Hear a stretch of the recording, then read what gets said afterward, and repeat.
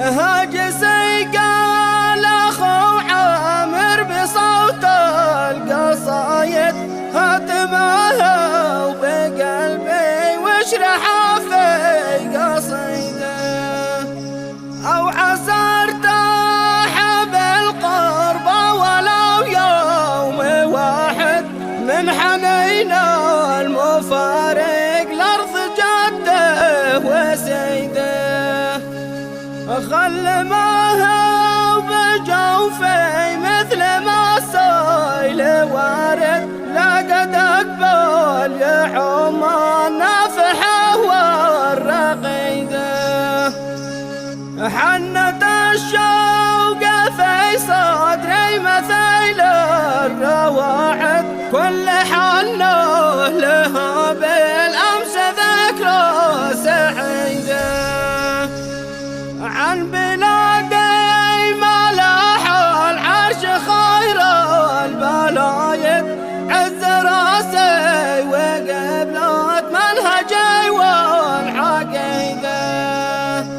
ذيبها الجد الاول حل باني وعامد ساسها والاساس الجد وانا حفيده يشهد الله والتاريخ كاتب وشاهد عن دليل القبايل والاصول الاكيده من بناها وشهد اركانها والقواعد حط فيها الوثن باني قواعد وميده مسقط الراس منبر قبلتي والمساجد ذي لها عشت متوجه ليالي عديده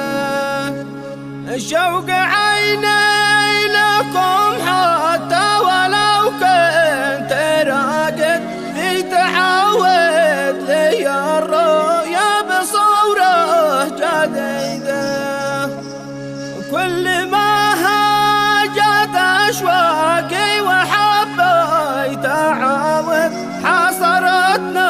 النوايب والظروف الشديدة كم تمنيت أزور أمي وأبي بالفوايد قبل ما الموت يسبقني لهم في وعيده ليت حكم القدر يشفق على قلب خالد في لقا والدي ذي ما قدرت استعيده ما من الموت رجعه بس للعين والد غاب من قبل فتره لكن ابنه يريده وإنها الوالدة قلبي لها اليوم فقدة الطفل لأمه والمسافة بعيدة رحمة الله عليكم كل لحظة توافد بالدعاء من ولد ما كف عنكم نشيده قدرة الله ذي شاءت بهذا التباعد وانت واقرب الى قلبي من اخضر وريده يا ضواحي ما لاح الليلها العقل شارد بين ذكرى وذكرى لهفتي لك شديده بين